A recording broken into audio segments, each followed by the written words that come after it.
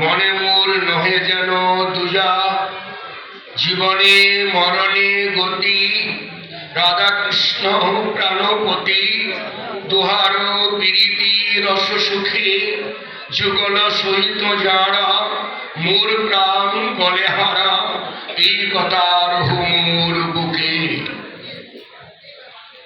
শ্রীপ্রেম ভক্তি চন্দ্রিকা নামক গ্রন্থরত্নে প্রেমভক্তি মহারাজ নিত্যানন্দ অভিন্নতন শ্রীরুত্তম দাস ঠাকুর মহাশয় তার গ্রন্থরত্নে সাধকের ভজন আরতি বিজ্ঞপ্তি জ্ঞাপন করছেন। তন্মধ্যে কি বলছেন? অন্ন ব্রত অন্ন দান নাহি করো তত্ত্ব জ্ঞান। এই কলিযুগে আমাদের নির্ধারিত কোনো আয়ু আমরা ধরে রাখতে পারি না। কেন? অনাচার অবিচারে দেশটা ছেয়ে গেছে। 120, 120 বছর আয়ু বেঁধে দিয়েছে। এটা কমতে কমতে অধুনা 35, 50, 55 পৌঁছেছে। দেখবেন 35-40-এর মধ্যে হুট করে বিদায় নেয়। এই আছি এই নেই। মহারাজ পরীক্ষিত তো বলে গিয়ে গেলেন, সৌভাগ্য তার যে মৃত্যু বার্তা শুনে কেউ কেউ আনন্দিত হয়। মায়ের আমার কথা বুঝতে পারছেন তো? মৃত্যু বার্তা আমার মৃত্যু সংবাদ শুনে নিশ্চয় বুকটা কম্পিত হয়। আর কেউ ঠিক মহারাজ পরিষ্ঠিত ভো কিম সৌভাগ্যম বলে দোয়ার তুলেছিলেন। কেন? আমি ক্ষণকালে সাধুসঙ্গ করেছিলাম। একটু কথা মনে রাখবেন মা, যার উদ্দেশ্য সাধু তার বিধাতা সহায়। যে মার্গেরই হন আপনি, সৌর, শৈব, শাক্ত, গানপত্য, বৈষ্ণব, পঞ্চতন্ত্রীয় মার্গের যে কোনো মার্গের অনুসারী হন না কেন, যার উদ্দেশ্য সাধু, ভগবানকে কিন্তু কাউকেই কোনো ওই ভজনের গতি দিয়ে জন্ম দেয়নি, দাস করে জন্ম দিয়েছে। জীবের স্বরূপ নিত্য কৃষ্ণ দাস। এই পৃথিবীতে এসে মায়া প্রপঞ্চে পড়ে হরিবল ভক্তি বিস্মৃত হয়ে আমরা উপাধি প্রাপ্ত হয়েছি। উপাধিটি কি? আমি ধনী, আমি মানি, আমি কুলি, আমি বিজ্ঞ, আমি প্রাজ্ঞ, আমি ভূয়সী। কিন্তু সত্যিকার অর্থে কেবা আমি যারে ত্রপত্রয় বলো কৈসে হিত হয়। যার কাছে কথাটি বলছেন তিনি সনাতন গোস্বামী পাল, উপনাম দবির খাস, জ্যেষ্ঠ ভ্রাতা শকর মল্লিক। এবার তিনি সনাতন হয়েছেন কেন? তার সনাতন উৎকর্ষ তার মধ্যে জেগে উঠেছে, তাই তার গুণে নাম হয়েছে সনাতন। সিধু হলো কেন? শৃঙ্গার রসে, যুগল বিলাসে, নিকুঞ্জের নিভৃতে সেই নির্যাস রাধা গোবিন্দের প্রেমতত্ত্ব, যুগল মাধুরী, রূপবিলাস তার হৃদয়ে স্ফুটিত হয়েছে। তাই তার নামাঙ্কন হয়েছেন শ্রী রূপ গোস্বামী। এটা কোনো ধন বিদ্যা গৌরবের দাক্ষিণাত্য নয়, এটা তার ভজন পুটিত স্বভাবের পরিস্ফুট ফল বা প্রেমরস।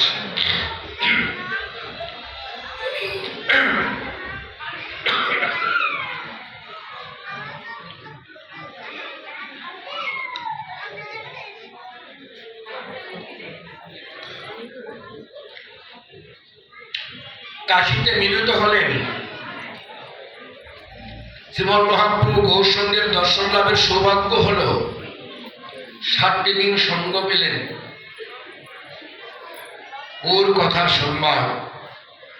যে 7 দিন যে শিক্ষার আলোকে আলোকিত হলেন তার নাম হলো সনাতন শিক্ষা। দেখুন, এই পৃথিবীতে যত গ্রন্থ হয়েছে সেবকের নাম অনুযায়ী কোনো গ্রন্থ উদ্ধৃতি হয়নি।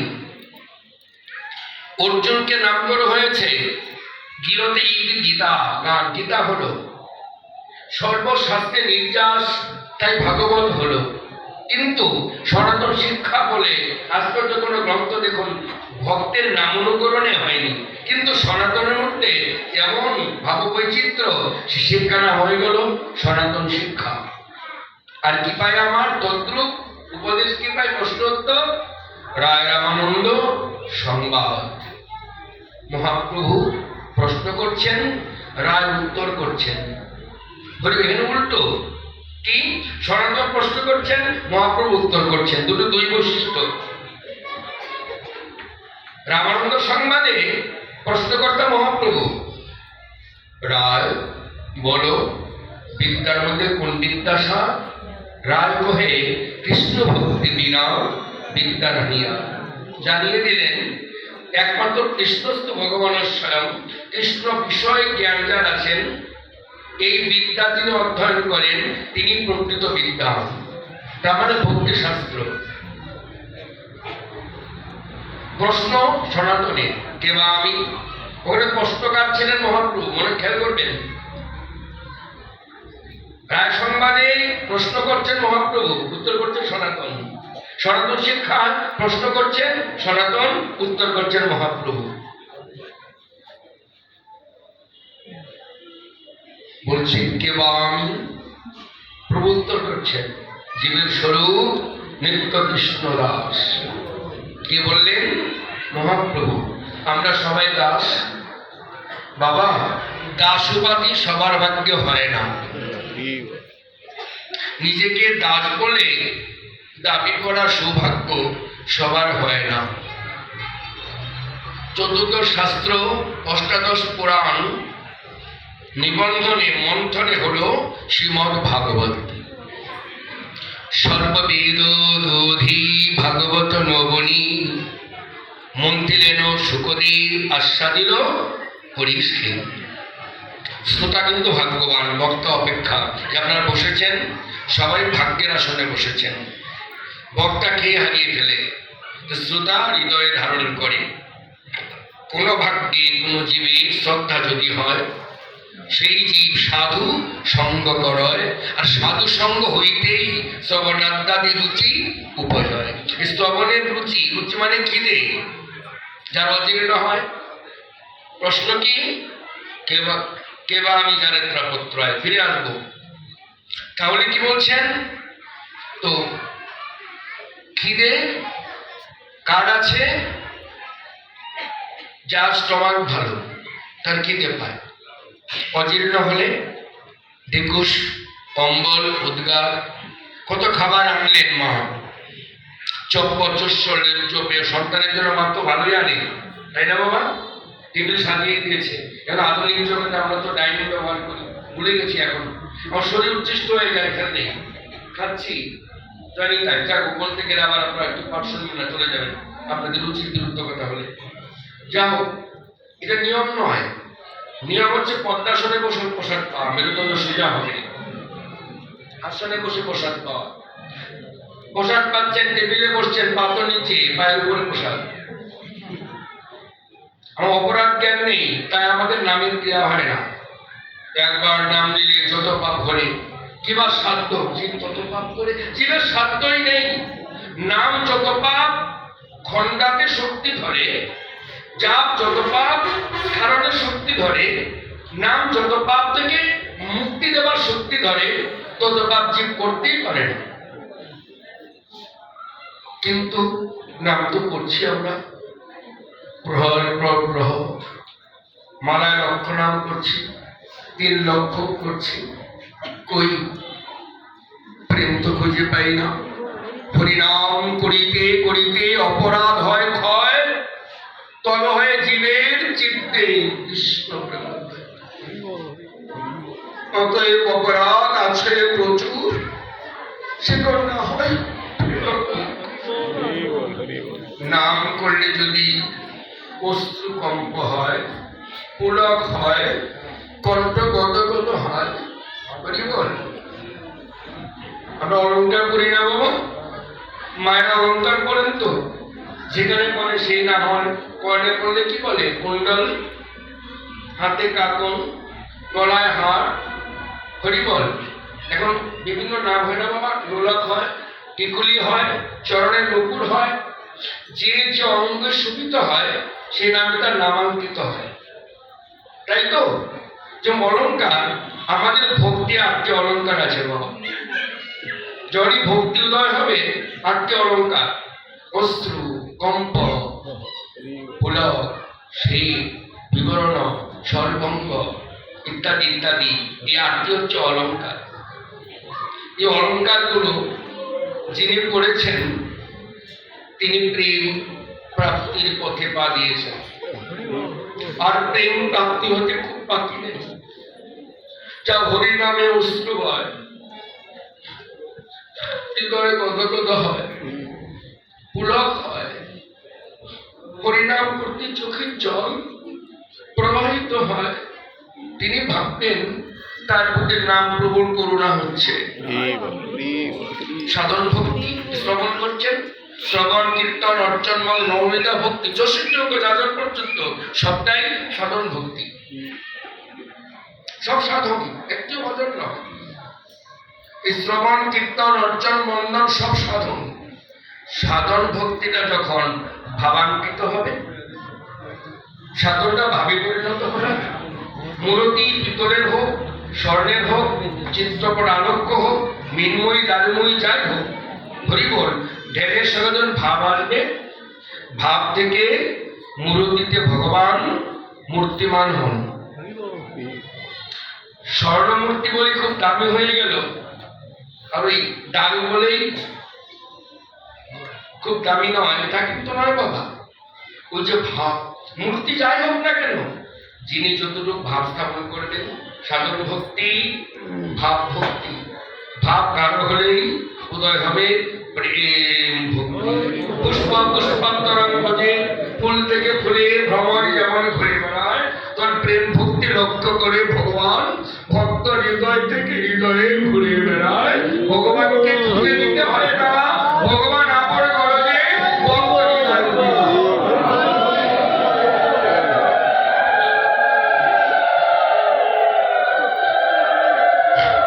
তাহাই প্রেম ভক্তি। সনাতন উত্তর পেলেন, ও জীবের স্বরূপ নিত্য কৃষ্ণ দাস, যারে তাপত্রয়। জীব যে দুঃখ পাচ্ছে, আধ্যাত্মিক, আদি ভৌতিক, আদি দৈবিক, 3 প্রকারের দুঃখ। এখানে ভাগবত এসে গেল। ভাগবতের প্রথমেই বলছেন, সচ্চিদানন্দ রূপায় কৃষ্ণাত্মত্তদি হেতবে তাপত্রয় বিনাশায় শ্রীকৃষ্ণায় ভূয়ং নমঃ। ভগবানের প্রথম শ্লোক। সচ্চিদানন্দ রূপায় কে? ভগবানকে বলছে। তিনি সৎ, তিনি চিৎ, তিনি আনন্দ। তার প্রথম সৎ, সত্তর সমৃদ্ধ। যিনি সৎকে আশ্রয় করবেন তার চেতনা আসবে, চিৎ। চেতনা এলেই পাবেন আনন্দ। অচেতন ব্যক্তির কোনো আনন্দ নেই। বলে কেন? মায়াকে জয় না করলে আনন্দ পাবেন না। চেতনা দিয়ে মায়াকে জয় করতে হয়। রাস্তা হেঁটে যাচ্ছেন, প্রচন্ড বৃষ্টি হচ্ছে, ঘুটঘুটে অন্ধকার, একটা রৌদ্র পড়ে আছে লম্বা লম্বি, ভ্রম হবে না? আরে সর্পটা না তো, এগোতে পারবেন? সংকোচ হবে, শঙ্কা হবে, ভীতি কাজ করবে, যদি কামড়ে দেয়। এত লম্বা পড়ে আছে। তাহলে ভ্রম মানে মোহ, মোহ হচ্ছে মায়া, মায়া মানে সংসার, সংসারের সবটাই মোহ। সংসার মানে মোহ, মোহ মানে ভ্রম। যোগীর ভ্রম হয়, মোহ হয়, জ্ঞানীর ভ্রম হয়, মোহ হয়, কর্মীর ভ্রম হয়, মোহ হয়। তো ভক্তের ভ্রম হয় না, মোহ হয় না। কেন? তার হৃদয়ে ভক্তির প্লাবন বইছে। ভক্তের মোহ হয় না, মোহটাই মায়া। মোহ থেকে ভ্রম হয়, ভুল হয়, অশাস্ত্রীয় কার্য হয়, অপরাধ নিহিত হয় ভ্রম থেকে। এই ভ্রম থেকে বাঁচার জন্যই একমাত্র সচ্চিদানন্দ রূপায় বিশ্বাস পদ্ধতি হেতবে তাপত্রয় বিনাশায় শ্রীকৃষ্ণায় বয়ং নমঃ। আমি প্রণাম করি কোন কৃষ্ণকে? শুধু কৃষ্ণ নয়, শ্রীকৃষ্ণ মানে শ্রীযুক্ত কৃষ্ণ, রাধাযুক্ত কৃষ্ণ, যুগল কিশোরকে প্রণাম করছে। সুযোগ হলে কখনো আস্বাদন হবে। তাই কি বলছেন? তাপত্রয় বিনাশায়। তিনটি তাপ কি? আধ্যাত্মিক, আদি ভৌতিক, আদি দৈবিক। আমরা সবাই কিন্তু দুঃখী বাবা, পূর্ণ সুখী আমরা কেউ নই। কোনো না কোনো দুঃখ আমার মাঝে আছে। আধ্যাত্মিক দুঃখ কি? যা হরিবল, যা বলে বোঝানো যায় না, হৃদয়েই থাকে। মা বলে ডেকে ছেলেটা মরে গেল, দেখাতে পারবেন দুঃখটা? দেখানো যাবে না, ব্যক্ত করা যাবে না, অন্তরের দুঃখ। আধ্যাত্মিক। আদি দৈবিক, চলতে চলতেই হঠাৎ, দৈব মানে কি হলো? কি হলো? বজ্রপাত হলো। বজ্রপাত হয়ে ঘরটা চলে গেল। তোর মধ্যে কি? আমার ছেলে পেলেও মরে গেল, আমিও চলে গেলাম। এটা কি? আদি দৈবিক, দৈবের দ্বারা হচ্ছে। আদি ভৌতিক, চলতে চলতে সর্বদংশন হলো, অথবা টাকাদের দ্বারা আপনি পীড়িত হলেন, মারা গেলেন। এটা আদি ভৌতিক, জীবের কারণ দ্বারা হলো। এই প্রকার দুঃখতা আমাদের আছেই মা, আছে। সর্ব দুঃখ থেকে যিনি আপনাকে রক্ষা করবেন তিনি কি? সুখময় শ্রী গোবিন্দের নাম, রূপ, গুণ, লীলা শ্রবণ মনন করিতে করিতে মনে যদি মান দিতে পারেন, আপনি সুখী।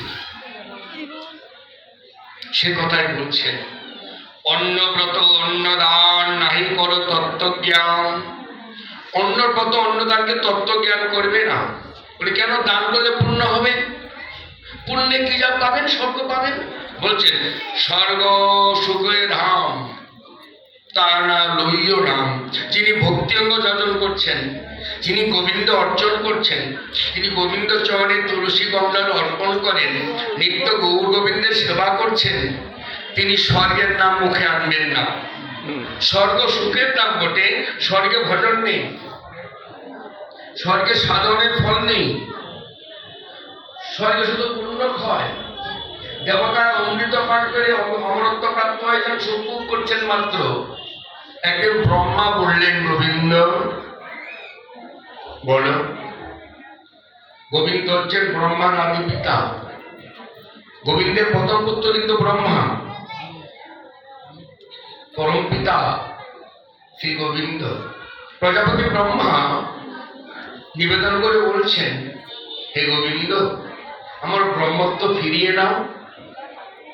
বাড়ি ব্রহ্মত্বের জন্য মানুষ তপস্যা করছে, তুই পেয়েছ, কেন ফিরিয়ে চাইছ? আমি ব্রহ্মরূপ চাই না, আমার ব্রহ্মত্বের অভিমান ফিরিয়ে নাও। বলে কেন, কি চাইছ? আমার নরদেহ দাও। নরদেহ? বলছে হে গোবিন্দ, নরদেহ ভজনের দেহ। এই নরদেহ যারা পেয়েছেন, নরদেহ ভজনের দেহ, ব্রহ্মত্ব আমি যাচি নহে। নরদেহ ভজনের দেহ, ব্রহ্ম আদি দেব জানে, করজুর কহি সহস্র বদনী প্রভু। কি যার গুণ গায় না?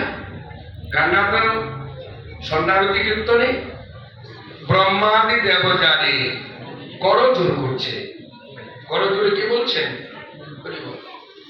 হ্যাঁ, সমস্ত বদনে প্রভু যার গুণ গাইছেন। কে? অনন্ত নাপি। সেই দেহটা তো আমরাও পেলাম, দেহটা ভালো পেয়েছিলাম মা, মায়ার কবলে পড়ে